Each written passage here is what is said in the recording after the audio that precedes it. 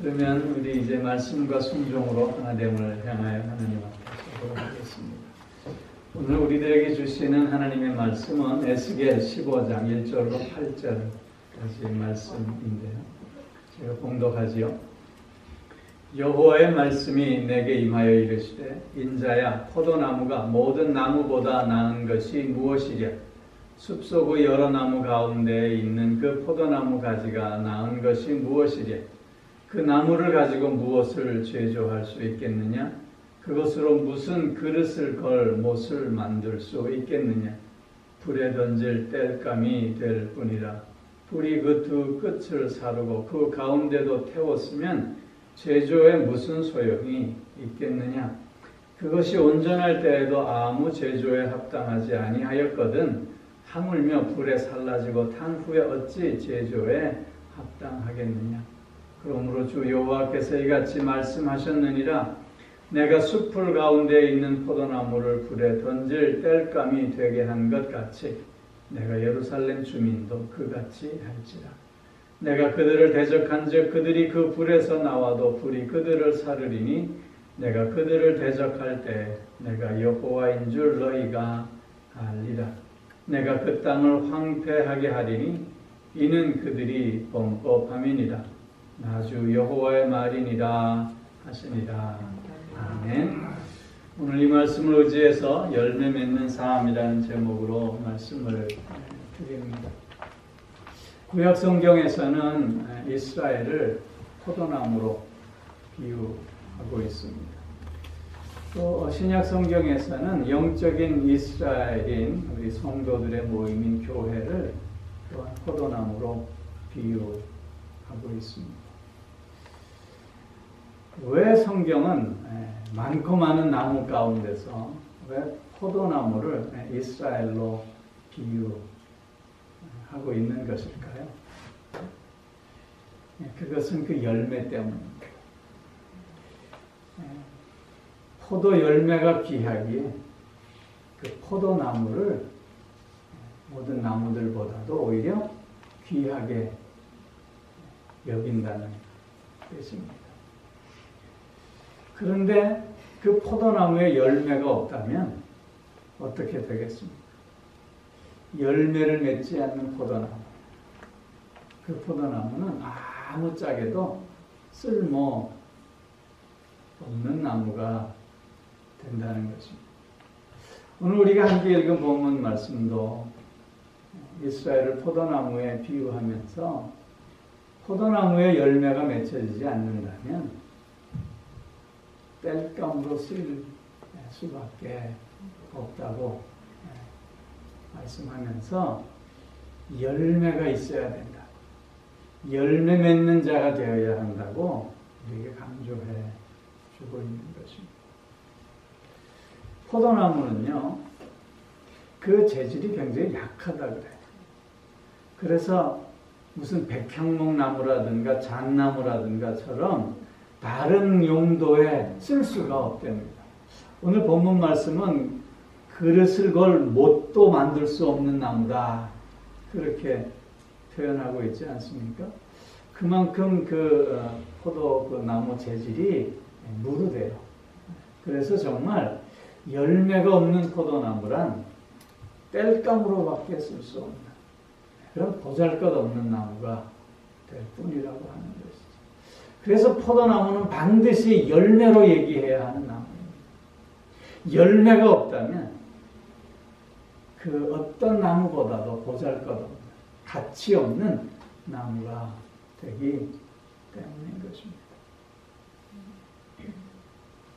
마찬가지로 오늘 우리도 그렇습니다. 하나님은 우리를 포도나무라고 말씀하십니다. 하나님 우리를 그래서 귀하게 여겨주십니다. 그런데 우리를 그렇게 귀하게 여겨주시는 이유는 열매를 생각하시기 때문이라고 하는 것이죠. 왜 우리가 열매 맺어야 하느냐 하면 바로 그 열매 맺음이 나의 나됨을 이루는 삶이기 때문에 그렇습니다. 나의 삶의 의미와 가치를 높이는 삶이기 때문에 그렇습니다. 누가복음에서 보면 하나님께서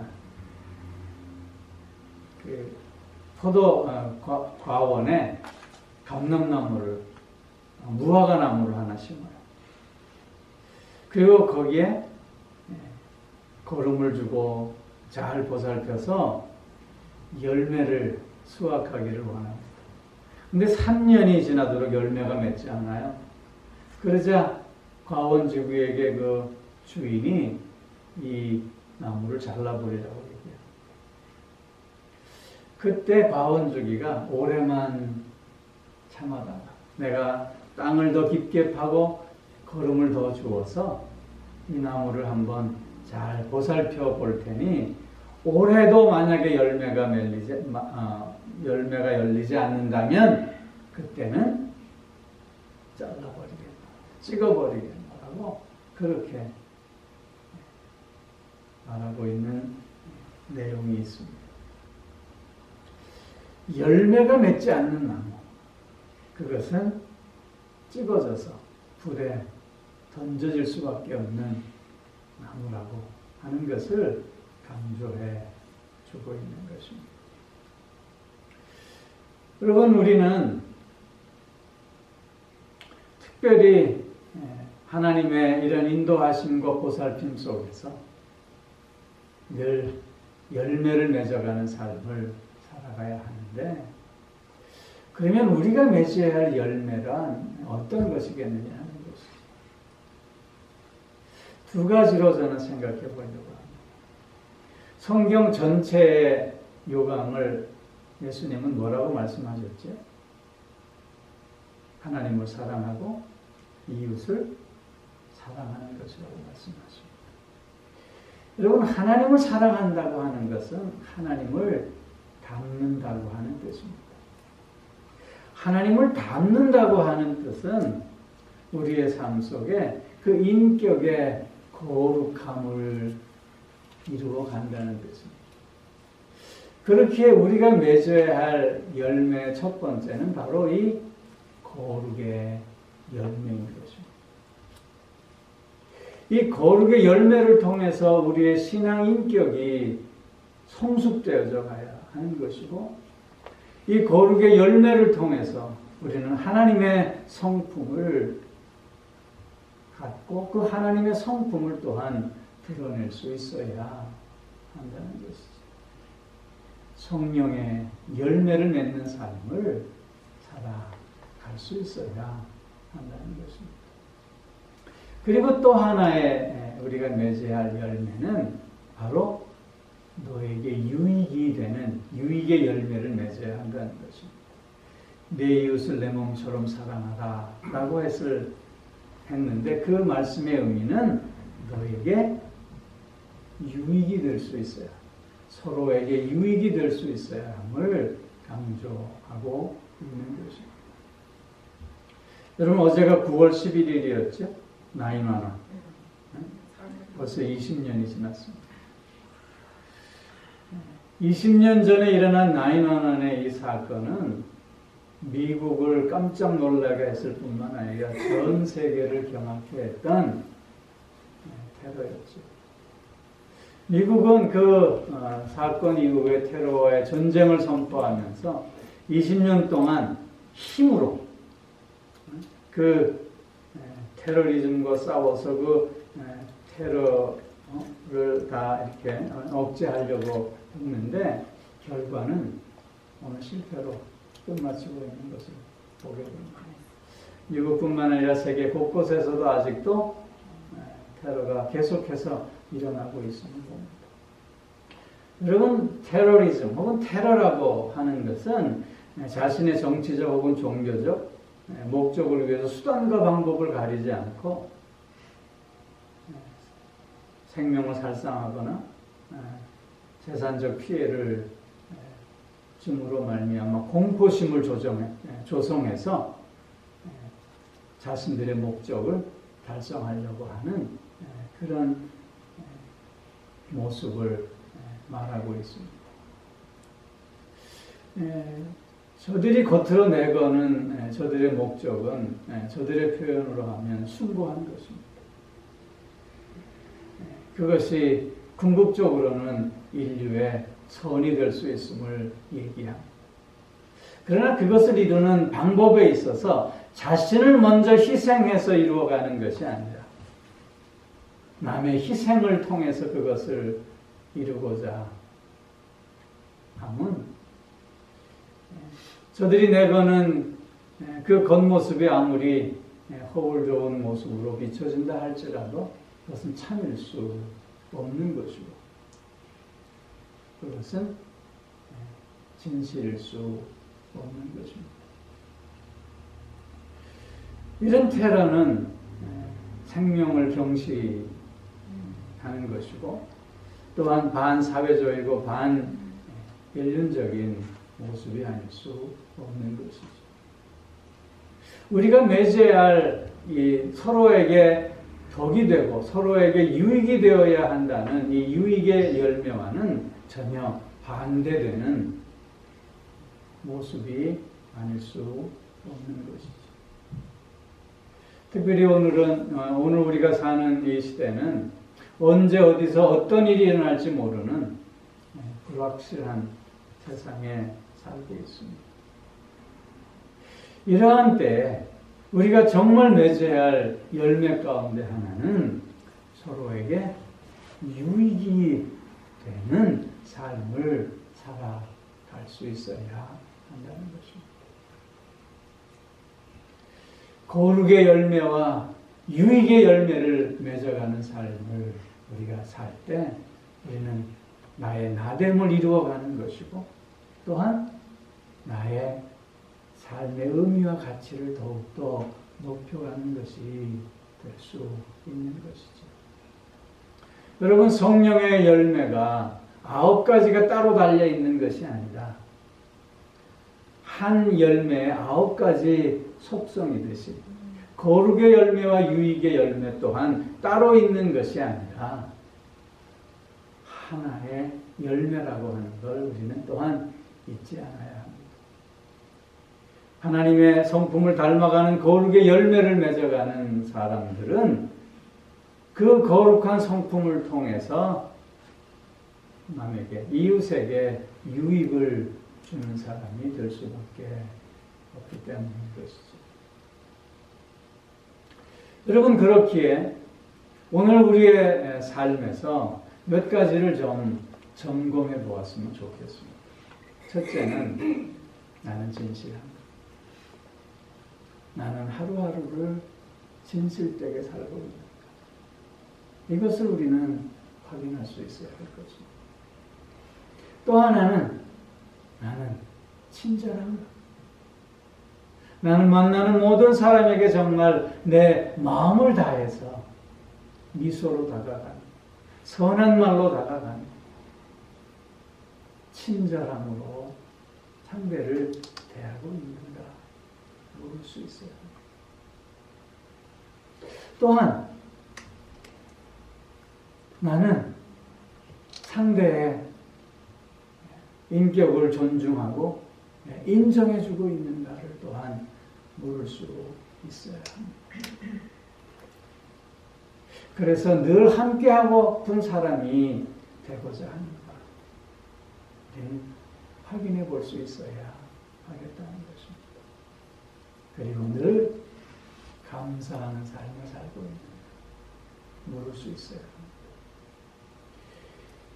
거룩의 열매와 유익의 열매는 그런 모습에서 드러나게 돼 있기 때문인 것입니다. 하나님께서 허락하신 오늘 하루를 우리는 이 거룩의 열매와 또한 유익의 열매로 맺어가는 한 날이 꼭 되어져야 할 줄로 믿습니다. 보다 더 진솔하게, 보다 더 마음을 전하는 친절로, 보다 더 상대를 인정하고 존중해 주는 그 자세로 늘 감사함으로 하루를 살아가는 우리들 꼭 되어줄 수 있기를 주님으로 축원합니다. 또 하나 우리가 이런 열매를 맺기 위해서는 늘 하나님의 말씀에 순종하는 삶을 살 수 있어야 하겠다는 것입니다. 왜냐하면 이른 비와 늦은 비를 주시고 열매를 맺게 하시는 이는 오직 하나님 한 분뿐이시기 때문인 것이죠. 하나님의 말씀에 순종함 없이 우리는 열매를 맺어가는 자 될 수 없기 때문이라는 것입니다. 여러분 룻기를 읽어보면 나오미 가족이 예루살렘에 유다 땅 베들레헴에 흉년이 들어서 모압 땅으로 이주하지 않습니까? 고향을 떠나 보다 더 좀 안락한 삶을 살고자 이방 땅으로 이사했습니다. 그곳에서 10년 즈음을 살면서 나오미는 요새 말로 하면 쪽박을 자게 되었습니다. 남편도 죽었습니다. 사랑하는 두 아들도 죽었습니다. 이제는 나오미와 두 자부만 남게 되었지요. 그래서 나오미는 어떻게 합니까? 이제는 나오미로서가 아니라 기쁨이라고 하는 의미의 나오미로서가 아니라 마라라고 하는 의미의 괴로움이요 슬픔이라고 하는 의미의 그 마라로서 다시 고향 베들레헴으로 돌아가기를 결단합니다. 그러면서 두 자부에게도 너희 집으로 가라. 그렇게 권면하지 않습니까? 그런데 한 자부는 그 말에 집으로 돌아갔고 또 한 자부인 룻은 끝까지 그 나오미가 아닌 마라인 어머니를 따라가고 있음을 보게 됩니다. 여러분 그의 고백을 잘 아시지요? 어머니가 가는 곳에 나도 가겠고 어머니가 유숙하는 그곳에 나도 유숙할 것이고 어머니의 백성이 나의 백성이요 어머니의 하나님이 나의 하나님이 될 것입니다. 어머니가 죽는 그곳에서 나도 죽어 장사 될 것입니다. 그렇게 고백하지 않습니까? 그 어머니 나오미를 향한 굳은 결단의 마음을 그렇게 표현하고 그 어머니와 함께 하겠다고 하는 그 마음을 그렇게 고백하고 있음을 보게 됩니다. 잘 나갈 때의 나오미가 아니라 가장 힘들고 어렵고 비참하게 빠져있는 마라의 상태의 그 나오미에게 룻은 그렇게 다가가고 있음을 우리는 확인해 볼 수 있습니다. 하나님과 나와의 관계도 이러해야 할 줄로 믿습니다. 하나님과 동행하며 하나님의 말씀에 순종하는 삶이 될 때만이 온전한 열매를 풍성히 맺어갈 수 있음을 우리가 깨달을지입니다. 그 하나님의 말씀과 함께 생명이라 하는 그날까지 순종함으로 나아감을 결단해야 하는 우리가 되어야 될 줄로 믿는 것입니다. 하나님이 가는 곳이 내가 가는 곳이요 하나님이 유하는 곳이 내가 유하는 곳이요 하나님의 백성이 나의 백성이 언제나 어디서나 어떤 상황 속에서도 하나님과 동행하며 함께하는 삶을 살아가겠노라. 그 하나님께 순종함으로 말미암아 나의 삶 속에서 하나님을 하나님 되게 하겠노라고 하는 이 결단, 이 실천이 있을 때 우리의 삶에는 풍성한 그리고 아름다운 열매가 맺혀지게 되리라 믿는 것입니다. 그런데 고난의 때에 우리의 삶을 돌아보면 어떻습니까? 오히려 더 하나님께 집중하기보다는 오히려 불평하고 원망하는 오히려 남 탓하며 남을 비난하는 삶 그래서 오히려 불순종의 모습을 보였던 우리는 아니었을까 되돌아보면서 우리의 삶의 형편과 우리의 삶의 조건과 환경이 아무리 힘들고 어려워진다 할지라도 룻이 나오미와 함께하는 삶의 결단과 실천을 보였듯이 우리도 하나님과 함께하고 결국 풍성한 열매를 맺어 하나님께 영광 돌리는 우리의 삶이 되어야 할 줄로 믿는 것입니다. 열매 맺음, 곧 나의 나됨이기 때문에 열매 맺음이 그 삶의 의미와 가치를 높이는 것이기 때문인 것입니다. 말씀 앞에서 오늘도 그 열매를 충실히 맺어가는 저와 여러분들 꼭 되어질 수 있기를 또한 주님께 축원합니다. 오늘 본문을 통해서 우리가 한 가지 더 생각해야 할 것은 그렇다면 만약 열매가 없다면 어떻게 되느냐 하는 것입니다. 하나님의 준엄한 심판이 있을 뿐임을 오늘 본문은 강조해 주고 있습니다. 오늘 본문에서 보면 열매 없는 그냥 포도나무도 아무 쓸모가 없는데 하물며 불에 끄슬린 포도나무야 어디에 쓸데가 있겠느냐. 그렇게 말씀하고 있지 않습니까? 그렇기에 열매가 없는 포도나무는 찍어 불에 던지우는 심판을 받을 수밖에 없음을, 그 심판의 당위성을 그래서 말씀해 주고 있는 것입니다. 하나님은 우리가 열매 맺을 수 있도록 우리에게 모든 것을 허락해 주셨습니다. 하나님의 말씀에 귀 기울일 수 있는 우리의 마음 주셨습니다. 또한 각자 합당하고 적당한 능력들을 허락해 주심으로 말미암아 그 삶을 갖고 갈 수 있게 해 주셨습니다. 하나님의 선한 뜻이 무엇인가를 분별할 수 있고 그 뜻에 순종할 수 있는 지혜와 용기도 허락해 주셨습니다.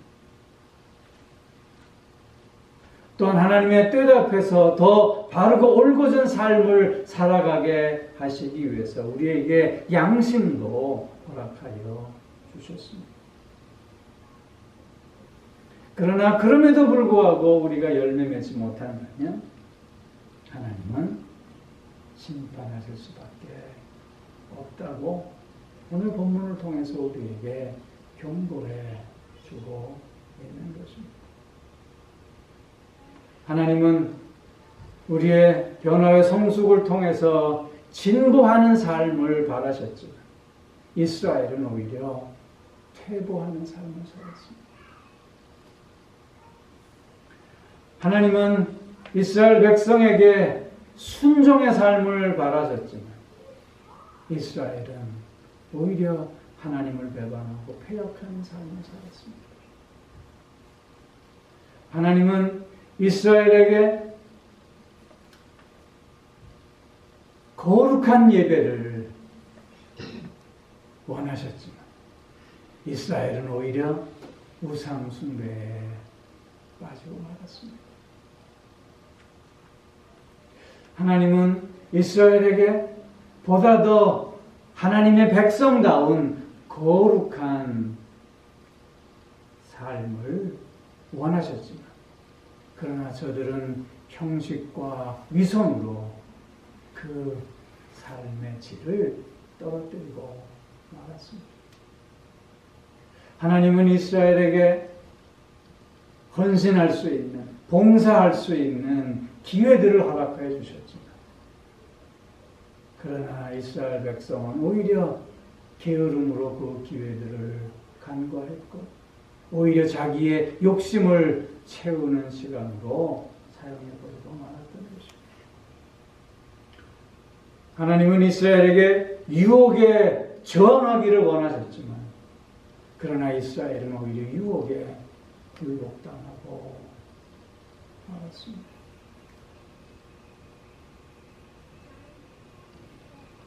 하나님은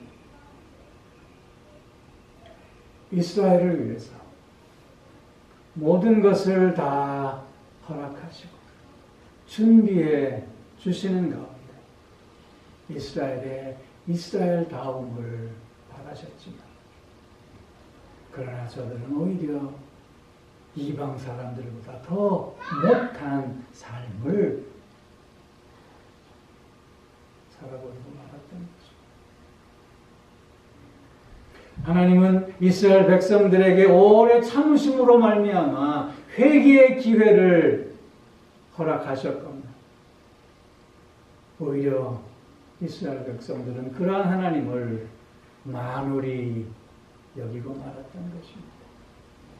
만홀히 여긴다고 하는 것은 그 하나님을 가볍게 여기고 업신 여기고 말았다는 것입니다. 이런 이스라엘에게 하나님은 그래서 심판하실 수밖에 없었다고 오늘 본문은 우리에게 경고하고 있는 것입니다. 그렇기에 오늘 이 시간 우리가 해야 할 일은 회개하는 것입니다. 오늘 하나님께서 나에게 허락하신 이 시간은 사죄의 은총을 통해서 그래서 새롭게 시작해야 하는 날이요. 새롭게 결단해야 하는 날이어야 한다는 것입니다. 왜냐하면 하나님의 원하심은 나의 멸망이 아니라 생명의 풍성한 하심이기 때문인 것이죠. 그렇기에 우리는 다시 한번 열매 맺는 삶을 결단하고 하나님 앞에 순종을 결단하면서 다시금 하나님 앞에 나의 삶을 온전히 드려내는 새 출발의 한 날이 되어야 하는 것입니다. 사랑하는 성도 여러분, 이스라엘이 열매 맺지 못할 때는 이방보다 못하지 않았습니까? 하나님의 교회가 신령한 열매가 없다면 세상의 이런저런 모임들보다 나을 것이 하나도 없습니다. 하나님의 자녀인 우리 그리스도인들이 열매가 없다면 세상 사람들보다 더 못하지 않겠습니까? 열매 맺음, 그것은 선택이 아니라 필수이어야 합니다. 신앙은 열매 맺는 삶입니다. 그렇게 우리는 오늘도 열매를 위해서 보다 더 우리의 마음을 하나님께로 집중하고 하나님의 말씀에 순종하면서 나의 나됨을 이루며 나의 삶의 의미와 가치를 확인하고 높여가는 하루가 꼭 되어져야 할 줄로 믿습니다. 오늘 하루는 거룩과 유익의 열매를 위한 하루임을 확인하면서 오늘을 힘있게, 오늘을 복되게, 오늘을 의미있고 아름답게 보내는 우리 모두가 되어질 수 있기를 주의 이름으로 축원합니다. 기도하겠습니다.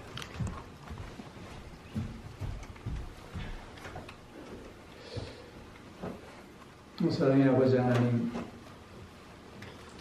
하나님의 은혜와 사랑 안에서 오늘을 살아갈 수 있게 하여 주시고 새로운 결단을 통해서 열매 맺는 삶을 새롭게 시작할 수 있게 하여 주시오니 참 감사를 드립니다. 신앙인은 열매로 말하는 자임을 잊지 않게 하셔서 열매를 통해서 나의 나됨을 이루어가며 또한 나의 삶의 의미와 가치를 높여가는 우리 모두가 되게 하여 주시옵소서.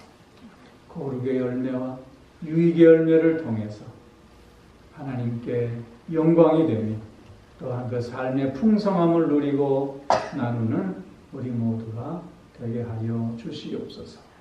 감사드리며 우리 주 예수 그리스도의 이름으로 기도하옵나이다. 아멘. 이제는 우리 주 예수 그리스도의 은혜와 하나님 아버지의 무한하신 사랑하심과 성령의 교통하시며 이 삶을 온전히 살아가겠노라 새롭게 결단하며 그 삶의 의미를 더하며 나의 나됨을 이루어 가겠노라고 다시금 소원하는 사랑하는 성도들과 그 가정과 하시는 모든 일들 위해 이제로부터 영원토록 함께 하옵시기를 간절히 축원하옵나이다. 아멘.